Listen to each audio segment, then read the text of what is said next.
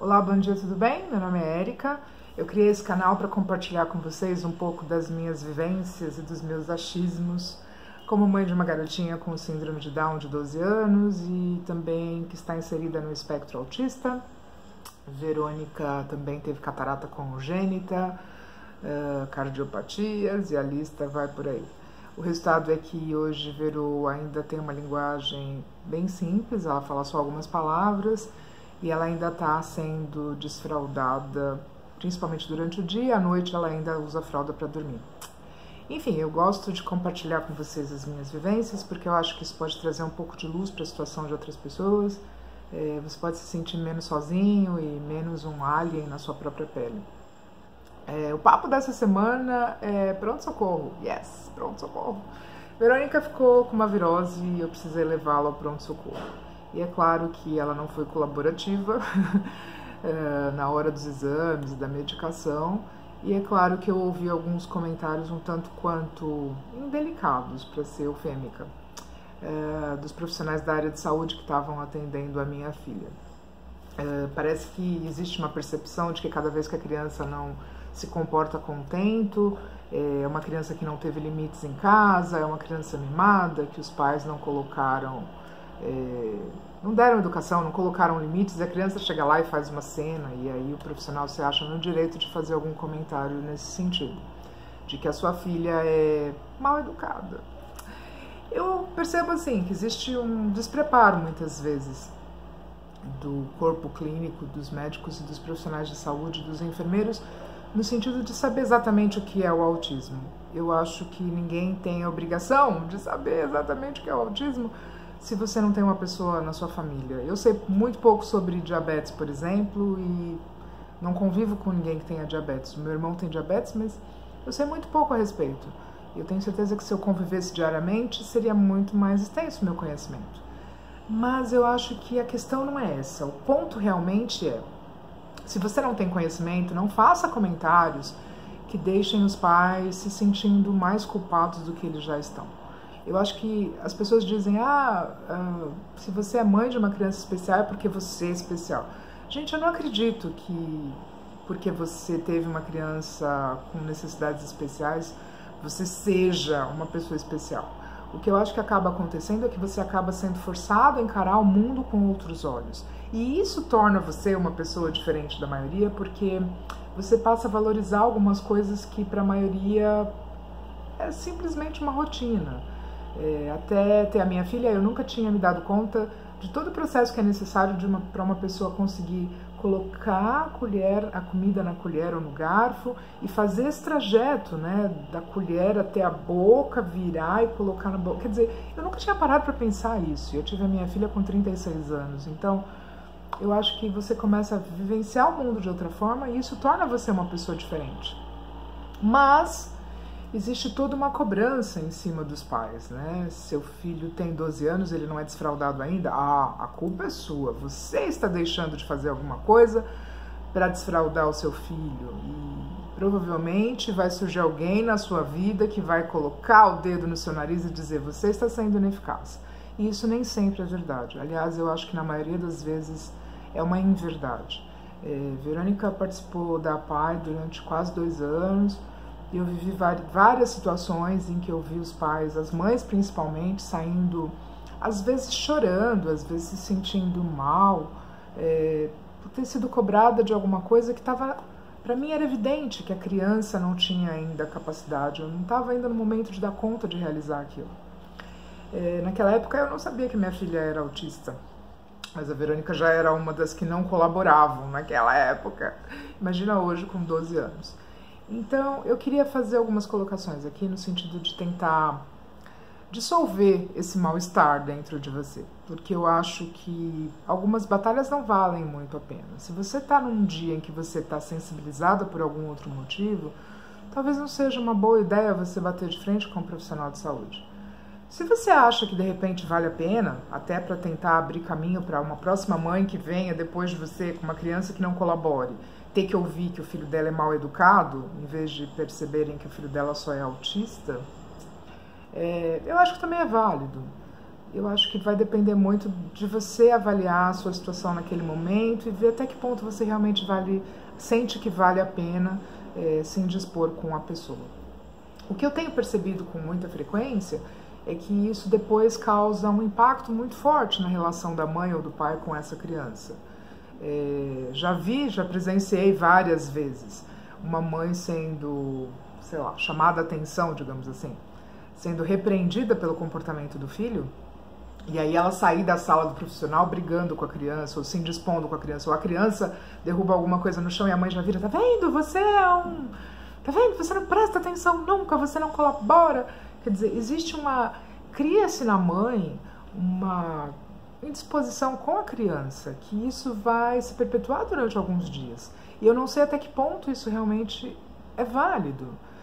Se você leva seu filho ao pronto-socorro porque ele está passando mal, é claro que você tem a consciência de que o seu filho está com sobrepeso. Eu tenho a consciência de que a minha filha está com sobrepeso. Mas eu acho que não é o momento do profissional que está ali virar para você e dizer, então, você precisa parar de dar chocolate e refrigerante para sua filha, biscoito recheado, porque ela está com sobrepeso. Eu vim aqui porque a minha filha está passando mal, ela está com vômito e está com febre. Eu não vim aqui para isso. Existe um profissional que a acompanha, principalmente quando é um hospital, digamos, de convênio, de classe média, existe um profissional que acompanha essa criança, quer dizer, já existe um histórico, já existe alguém que está cuidando desse outro lado. Eu acho que criar esse mal-estar nesse momento não ajuda, piora a situação. Existe um livro que me balançou muito, eu sempre uso ele como referência, existe já a tradução dele em português, mas eu vou mostrar para vocês a versão que eu tenho, que eu trouxe de viagem. São 10 coisas que toda criança autista gostaria que você soubesse. Num desses itens, ela diz uma coisa muito interessante, que o autismo não é horrível. Não saber o que é o autismo, lidar com pessoas que não sabem o que é o autismo e não ter acesso à ajuda que seu filho poderia ter por ser autista, tudo isso é horrível. E eu concordo com ela. Então vamos tentar quebrar em pedacinhos essa noção que a gente está passando para você. Tente ter claro na sua mente que o seu filho provavelmente não vai ser colaborativo. Antes de você ir ao médico, ao pronto-socorro, o que quer que seja. Tente já bolar um esquema para tentar suavizar um pouco essa situação. É claro, no momento de emergência, você não vai ficar pensando, bom, eu tenho que levar o brinquedo preferido porque ele não vai se comportar. Mas assim, se for um médico agendado, tenta antever o que pode acontecer durante o tempo de espera. Algumas coisas que eu tenho feito e que tem dado resultado. Vou contar para vocês que eu faço uns cartõezinhos para minha filha, que na verdade no começo eles eram bem menores, e como ela teve catarata congênita, ela tem uma dificuldade de visualização, eu acabei aumentando. Então assim, tá vendo? Eu fiz esses cartõezinhos para Verônica, eu baixei essas imagens do Google, encontrei no Google, imprimi, recortei, comprei um plástico, cortei em pedaços e colei um contact para tentar deixar um pouquinho mais firme. Na parte de trás eu comprei um velcro autoadesivo. E aí eu uso isso com a Verônica no dia a dia para tentar demonstrar para ela o que vai acontecer. Por quê? Porque em alguns momentos, a única coisa que ela tem que fazer é levantar daqui e sentar à mesa. Mas ela não está entendendo isso e ela resiste a fazer aquele movimento porque ela não sabe o que vai acontecer. E muitas vezes a gente nem fala com a criança porque você diz, a criança não fala, então ela não entende. É uma suposição errada. Muitas vezes ele pode ter uma linguagem muito pobre, mas ele está entendendo absolutamente tudo que está acontecendo no espaço que ele está vivenciando. Com o passar do tempo, eu senti a necessidade de aumentar o tamanho desse cartão para tentar justamente fazer com que fique mais fácil dela visualizar. Então, como eu cheguei a vários desses cartõezinhos, eu coloquei um passear, tá vendo? E caiu um aqui no chão, que é justamente esperar. Estou trabalhando no sentido de conseguir um que seja deitar, porque a Verônica não queria deitar na maca para ser submetida a exames. É claro que são coisas que você não trabalha no dia a dia com a criança, porque nem sempre ela tem que deitar na maca, ou nem sempre ela tem que se submeter a uma injeção ou qualquer outro tipo de exame clínico. São coisas que vale a pena você fazer antes de sair de casa, ou de levar com você na bolsa. E na hora que a criança estiver tendo um surto, para dizer o mínimo, tenta mostrar para ela, tenta conversar com ela. Uma coisa que funciona muito com a minha filha, e eu estou dizendo que ela tem pouquíssima linguagem, explica para a criança antes de sair de casa, ou para o adolescente, ou para o jovem, o que vai acontecer, onde nós estamos indo, o que vai acontecer.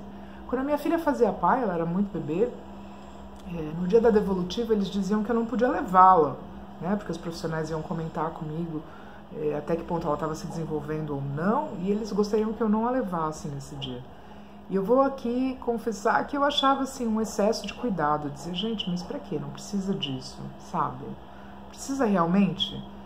E hoje eu percebo que sim, que precisa. Não é porque ela não tem a linguagem que ela não compreende o que está sendo dito, inclusive dela.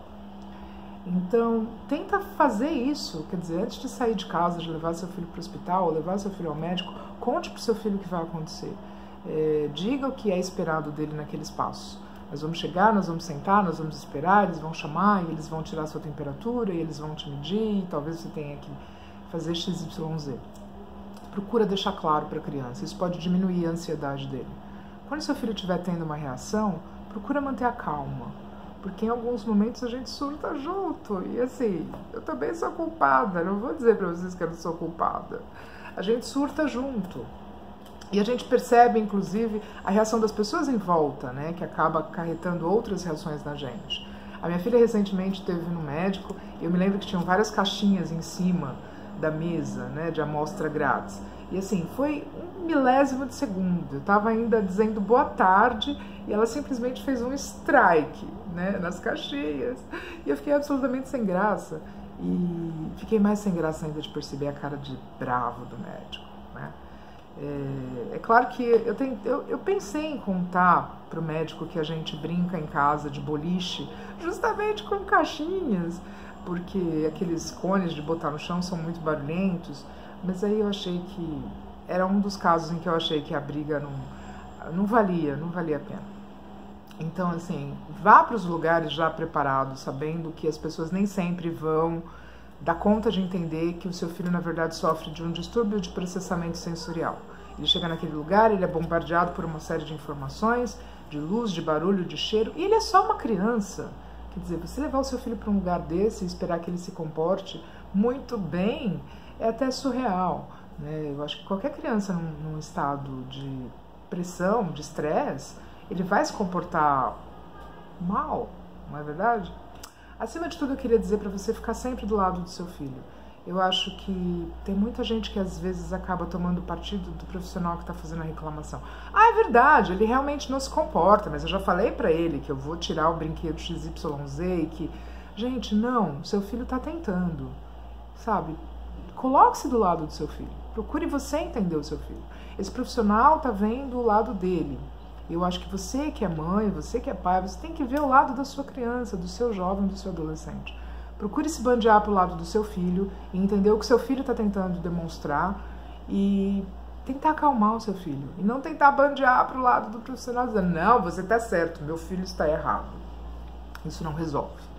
Então, primeiro, tenta fazer as pazes com você mesma e sabendo que o seu filho não vai se comportar nesses lugares. Tente fazer as pazes com a noção de que nem todo profissional de saúde tem uma visão completa do que seja o autismo e desse distúrbio sensorial. E, acima de tudo, procure ficar do lado do seu filho. Conte para ele o que vai acontecer. Fique calmo se ele surtar. E não surte você também, porque, gente, assim, no final das contas, tudo dá certo. Pode ter certeza. Eu já passei situações absurdas. E tô aqui para contar a história e dar risada junto. É claro que no dia eu sentei e chorei. Literalmente, mais de uma ocasião. Mas hoje em dia eu acho que foi uma vivência interessante, foi uma experiência que me acrescentou um pouco de tolerância, porque eu acho que é o maior feito da minha filha na minha vida. Eu chamo ela de minha professora de paciência. Ela me ensinou a ter paciência e tolerância em situações em que antigamente eu não teria. Então esse é o papo de hoje, espero ter ajudado um pouquinho. Eu volto para falar de outras abordagens e para fazer mais comentários sobre esse livro, porque eu acho que vale muito a pena e eu acho que nem todo mundo tem acesso, nem todo mundo tem R$60 para investir num livro desse, que eu acho que é o que está sendo vendido hoje em dia. E vamos combinar, né? Nem todo mundo tem tempo, porque os nossos filhos são submetidos às vezes a uma série de terapias e a gente fica completamente afogado em compromissos e não consegue fazer uma leitura adequada ou sentar e pensar um pouco sobre as situações. A gente está tão envolvido na situação que não tem tempo de dar um passo para trás e tentar fazer uma observação lógica da situação e não emotiva, não é verdade? Então tá, esse foi o papo de hoje, espero que tenha ajudado alguém. Vocês sabem que eu volto, foi muito bom estar aqui. Espero que vocês compartilhem também as suas vivências com a gente. Até a próxima, tchau.